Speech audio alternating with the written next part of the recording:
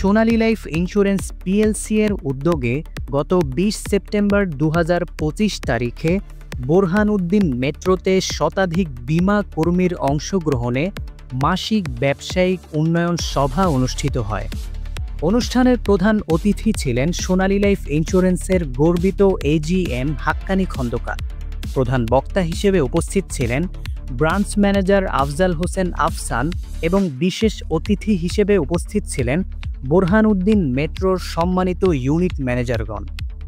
প্রধান অতিথির বক্তব্যে এজিএম হাক্কানী খন্দকার বলেন, সোনালী লাইফ ইন্স্যুরেন্স বর্তমানে সার্ভিসের দিক থেকে ৫৬টি দেশের মধ্যে নাম্বার 1 ইন্স্যুরেন্স প্রতিষ্ঠান।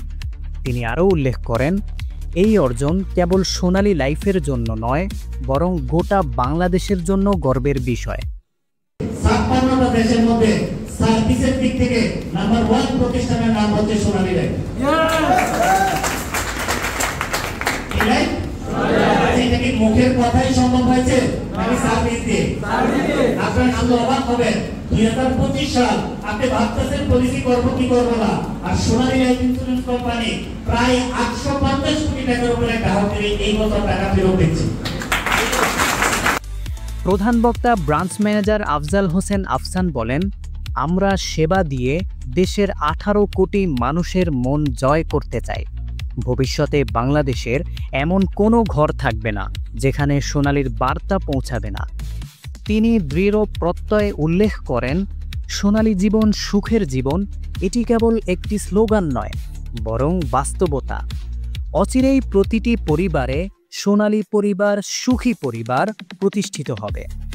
অনুষ্ঠানে ইউনিট ম্যানেজারগণও বক্তব্য প্রদান করেন।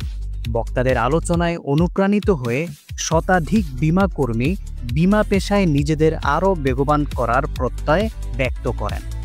তারা গ্রাহকদের সর্বোচ্চ সেবা দেওয়ার জন্য নিজেদের সর্বোচ্চ প্রচেষ্টা চালিয়ে যাওয়ার অঙ্গীকার করেন।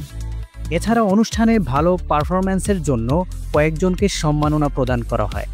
সম্মানিতরা হলেন রাকিব হোসেন, আবেদুল ইসলাম রাজু, মোহাম্মদ ইমন হোসেন, মেশকাতুর রহমান বাচ্চু, মোহাম্মদ ইমরান হোসেন। এই সম্মাননাপ্রাপ্ত বীমা কর্মীরা সোনালী লাইফ ইন্স্যুরেন্সের প্রতি তাদের দায়বদ্ধতা আরও গভীর করার প্রতিশ্রুতি দেন।